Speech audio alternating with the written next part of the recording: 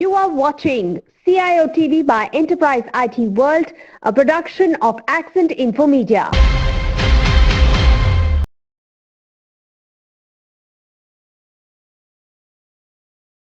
Hello and welcome to CIOTV.live, a sister concern of Enterprise IT World, a leading CIO and CISO media house in the region. In our effort to understand CIO challenges and the best practices, we have been speaking to the senior CIOs and CISOs in various regions. Today we have Ms. TENGKU INTAN NARQIAH OTHMAN, Chief Digital Information Officer, Digitalization and Information Technology, SIRIM Malaysia as our guest. Before I ask her some question, let me introduce her. She has an extensive experience in leading and managing large and small teams across different cultures and countries via local and virtual platforms. She started her career as manager in SIRIM in 1995, and today she is the CDIO of this organization. She was also the CEO of Munich in February 2011 before joining Messingianga as the general manager and head of Messingianga services in January 2012. Later, she joined Quaf Resource as the director and principal consultant in Feb 2014. She has also experience of working as senior manager of big data development Malaysia airport holding before joining SIRIM. So, TENGKU, thank you very much and welcome to CIO TV.live. Thank you, Sanjay, for having me. It's been an honor to be here with you today. Thank you. So, before I proceed, ask you few questions. Let me tell you, ladies and gentlemen, this episode of the CIO interview is brought forward by Controllers, the leading data center company having presence in more than 26 global locations, including the South Asia location, Singapore, Malaysia, and Indonesia, and so on and so forth. So my first question is, how do you see the post-pandemic technology adoption in Malaysia? During the pandemic itself, we can see that a lot of companies in Malaysia adopting technology in a fast-paced manner. It is an acceleration mode for many of us companies in Malaysia. So post-pandemic, I think they will be continuing the momentum of having digitalization, whereby they already seen the benefits of having accelerating it in the first place. So the momentum will be going in a fast-paced mode. They will not stop it, and it's a matter of having the right resources and the right funding for them to continue further on enhance it. Right now, I believe they know exactly what is the most important thing that they need to enable it in their organization for them to sustain and to be what you call it pandemic free or crisis free in adopting the technology within Malaysia region.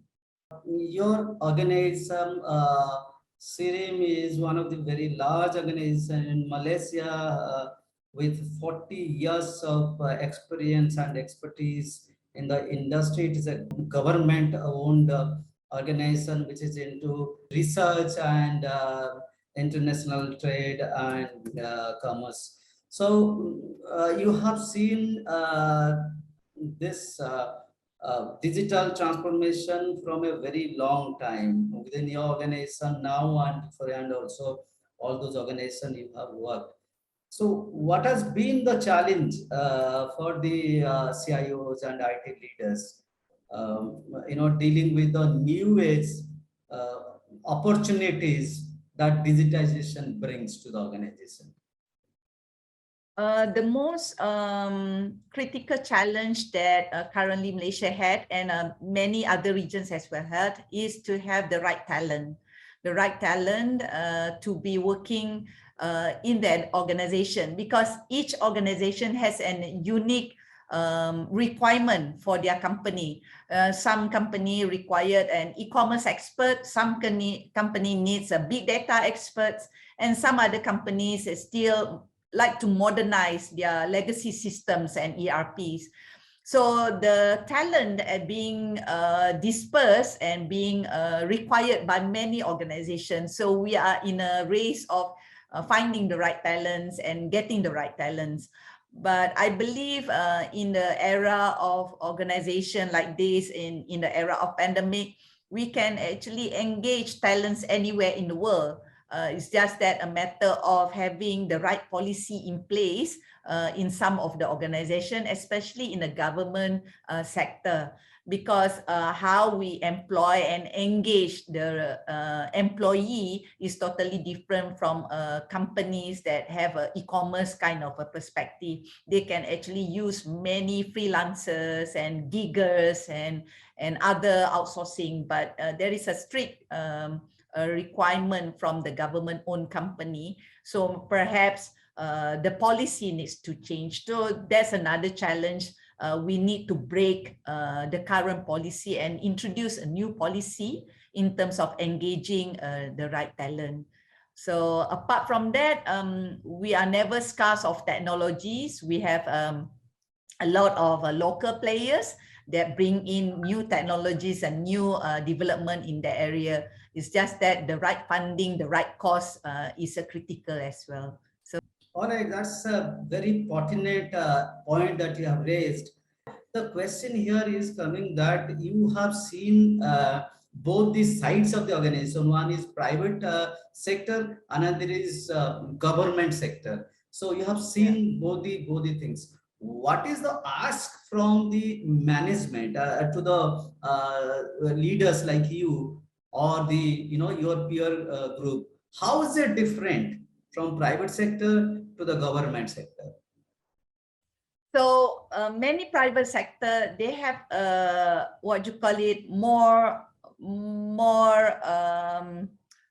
freedom in terms of having to employ a lot of things. They can do a lot of creativities, having a lot of what you call it, empowerment in that sense.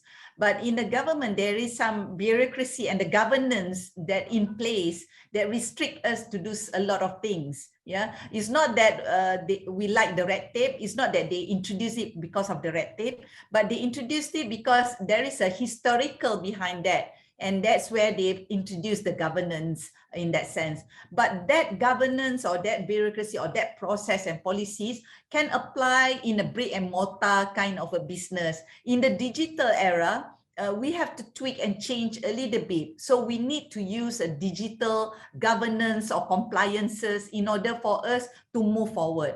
So there's a balance of having the right amount of the governance or compliance and having the freedom of doing all the creativities in terms of new processes, new businesses. In the private sector, they have that competitive,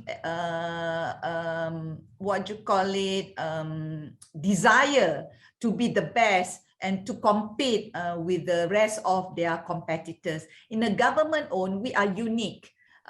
We are not saying that we are monopoly a lot of things, but we are serving the consumers. We are not serving the customers, but we are serving the public, the consumers. So it's a totally different kind of compliance or governance that we require in that sense. So for example, like for consumers, they want a lot of transparency. They want to make sure that their taxpayers' money is worth spending on. They want to see that when we spend in terms of technology is actually made use by the consumer itself. as opposed to the private company, they are looking at the customer centric. So whatever they do, the creativity is to make sure the customer benefits out of it. So there's a two totally different kind of perspective, but at the end of the day, the consumers, the customer are human, Sanjay. So no matter how you tweak and do, you are serving a human being. So I believe it should be no different in that sense. Okay, Yeah. fair enough. And you are seeing the same thing, that the lack of skilled manpower in government sector also, government sector being handicapped due to the lack of skilled manpower. Yes, you are right in that sense. But we have a lot of the government agency, other government agency have a lot of programs to upskill and reskill. It's a matter of that person or the organization want to adopt it. I mean, there's a lot in Malaysia. There's a company like MDEC. There's a company like, even in SIRIM, we have some upscaling programs, and then we work with MPC, we work with universities to actually upskill a lot of Malaysian employees. But it's a matter of that employee needs to be excited to reskill and upskill as well. So it's a it takes two to tango. It's not like one-sided. So in terms of having the talent to upskill, I don't think we have any problem with that. It's just that the current, maybe in Malaysia and many parts of the countries as well, we found out that we are becoming an aging population. So when we have an aging population, you know what it means, Sanjay. For us to reskill, it will take some effort, a lot of effort, as opposed as, yeah. So I think the challenges are the same, even in a very advanced countries like Japan. They're also facing the same aging population in that sense. Yeah. Okay. So that's all right. And technologies like cloud computing, RPA, automation, which help you in minimizing the intervention of human in many work, those work which are non-essential, which can be done with the automation. How the country, how the enterprises, even the government sector, looking at the technologies like BI, artificial intelligence, similarly RPA kind of things, where the dependence on the workforce, physical workforce, gets minimized, and on the other hand, it helps the productivity as well.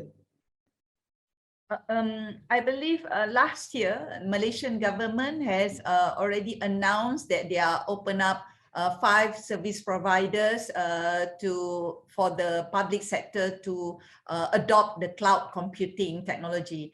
And for your information, SIRIM, one of the first government agency that already adopted cloud computing.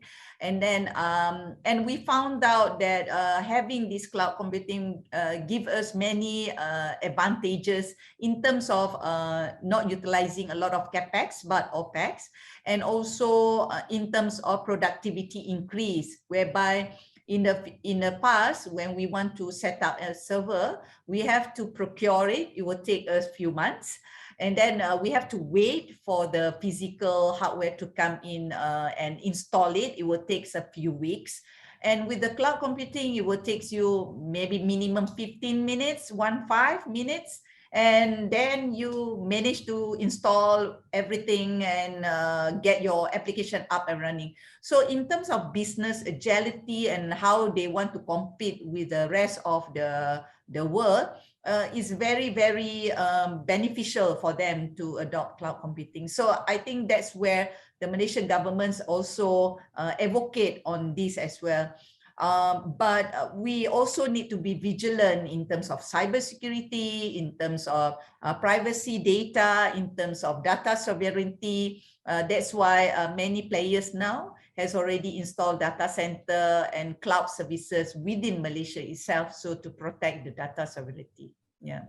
All right. And the other one, you didn't answer my question about RPA, robotic process automation, where your manual work, say SAP entries, manual entries, the queries get automatically done, which eliminates the manual intervention, dependence on the human interference. So to what extent your organization or even your known, other organization in the private sector as well, taking advantage of RPA and even AI, artificial intelligence? I can't really say about any other industry, but in SIRIM, we have not yet adopted RPA, but we adopted a robotic kind of information like AI in that sense. I believe that RPA is very, very relevant in the banking sector. I know some of the banking adopted RPA in Malaysia. But a lot of companies are still using manual intensive kind of a labor to do a lot of manual processes, because we still have a lot of people that manage to do that in a fraction of prices. Yeah, but in the future, I would assume that the RPA is going to have a lot of traction. Like I mentioned, because of the lack of talent and then the aging population, but right now it's not that popular in that sense. But the most popular one, chatbot. Chatbot is popular because of the customer centricity and also artificial intelligence in terms of prediction. That was is getting traction. But RPA is a bit slowing down now because they are, I think in manufacturing, they have a lot of that, but I cannot comment a lot more on the other parts of the industry, Sanjay. Okay.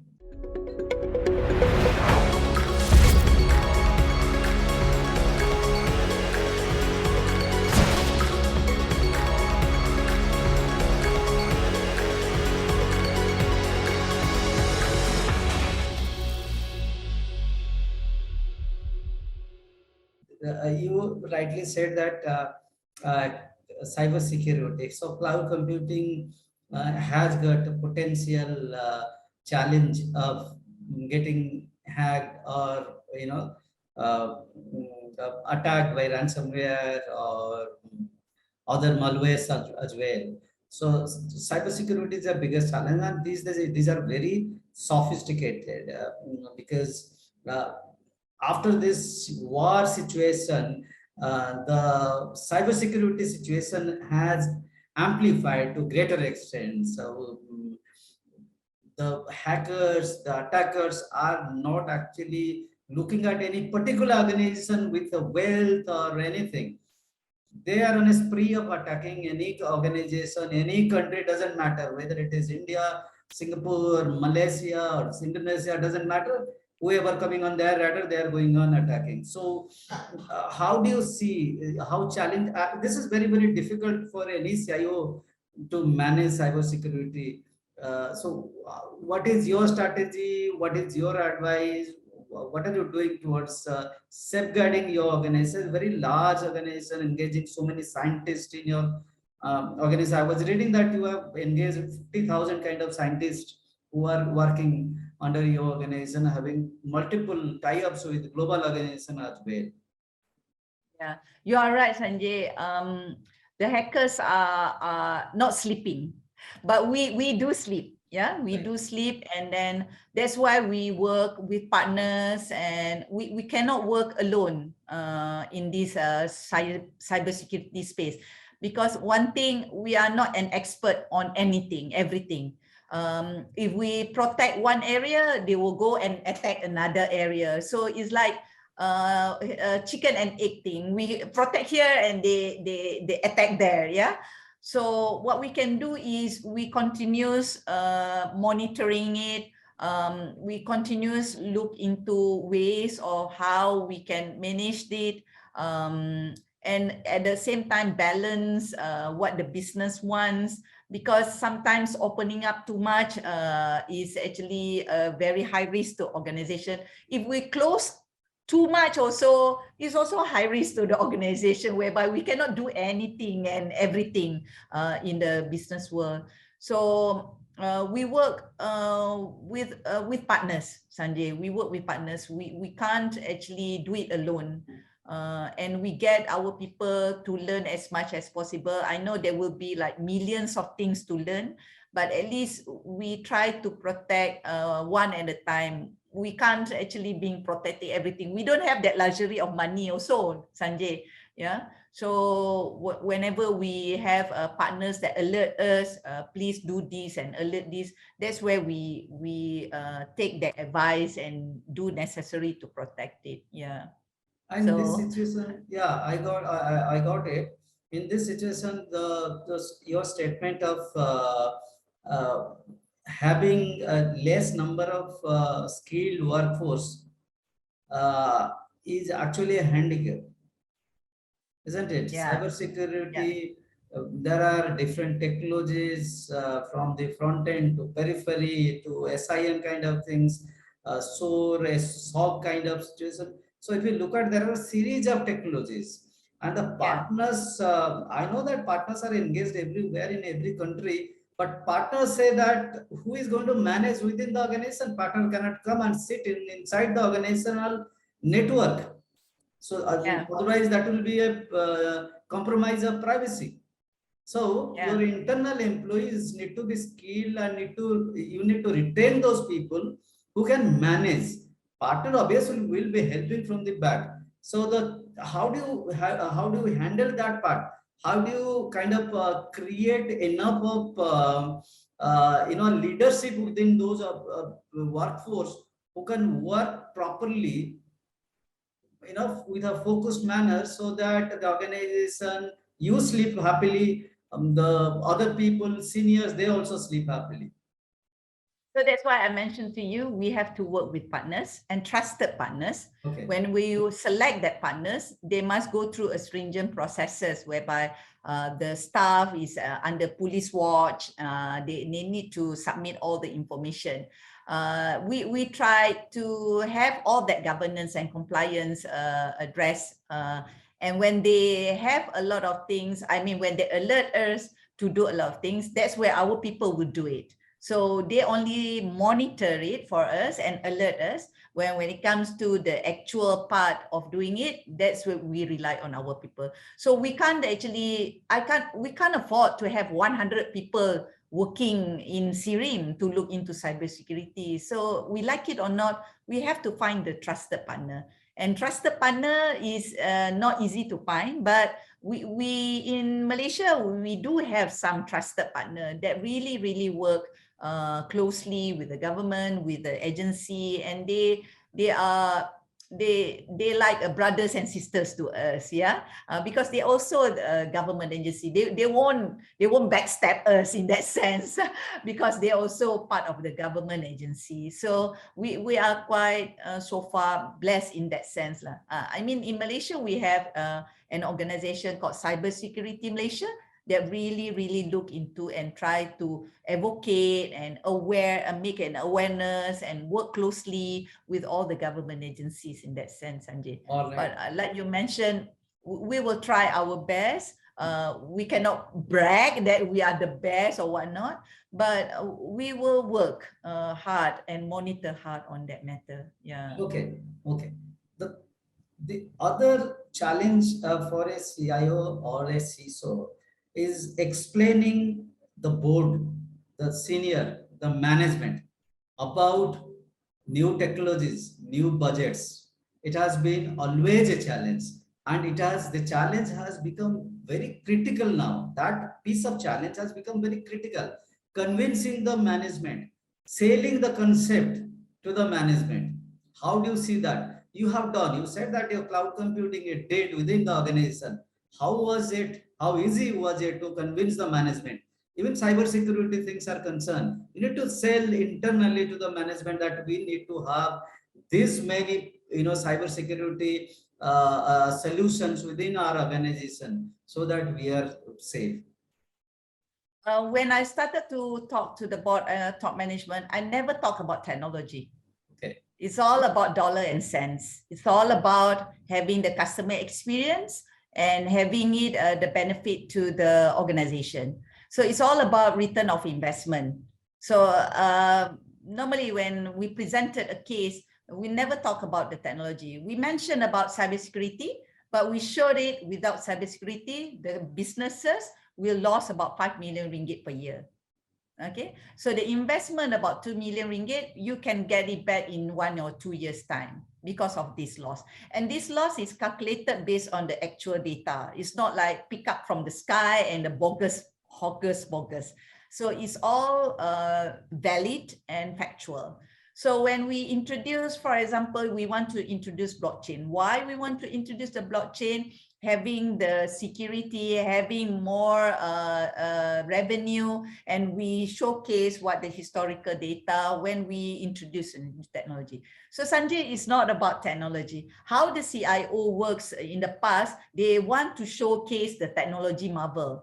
How I did it, I never showed the technology marvel. I showed the business model marvel. So in order for us to move forward, for the CIO, the rest of the world, they need to showcase about the business. That's why the CIO needs to be business centric. They need to learn how to build a business. So if you look my portfolio, I've been working and I also a businesswoman once upon a time.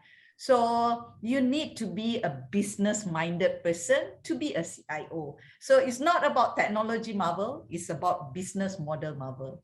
So that's it. That's it. All right. How we set it. Got it. Thank you very much. And the last question is, if you have any piece of advice to the peer group or the CIOs in other regions, because I understand maybe Malaysia scenario is a little bit different, but it may not be the same in Indonesia or UAE or India, some other globally. We are learning from each other. So what is the piece of advice that you want to give to other CIOs in other organization or within Malaysia or other countries as well? As you know, Sanjay, having women in technology is very rare. Yeah, even right now, you can see that there is a rise of women in technology. So my advice to other women in technology, first of all, be yourself. You know, the men's world in the CIO world or in IT world needs a diversity. When I'm coming from, I give a lot of diverse views and diverse perspective, whereby the men appreciate it in that sense. Number two, technology is moving very, very fast. So if you showcase a technology marvel, they will obsolete within 2 years or within 1 year. So learn about business-centric model, learn about calculating the right return of investment, and learn about leadership, because talent stayed because of your leadership. Talents stayed because of your vision in terms of having the technology implementation in your organization. So learn about leadership as much as you can, so you never go wrong with that in any positions that you have. That's all from me, Sanjay. All right, thank you very much, TENGKU, for taking time out and speaking to CIOTV.live. Thank you, Sanjay, for having me. It's a pleasant early surprise having to be interviewed by yourself. And have a great day. Hopefully you will find success in your career. Thank you. And ladies and gentlemen, that was TENGKU, INTAN, NARQIAH, TENGKU OTHMAN, CDIO, Digitalization and Information Technology, SIRIM, Malaysia. If you have any question or query, my mail ID will be given at the end of this conversation. Please drop in mail to get your question answered. Thank you for watching.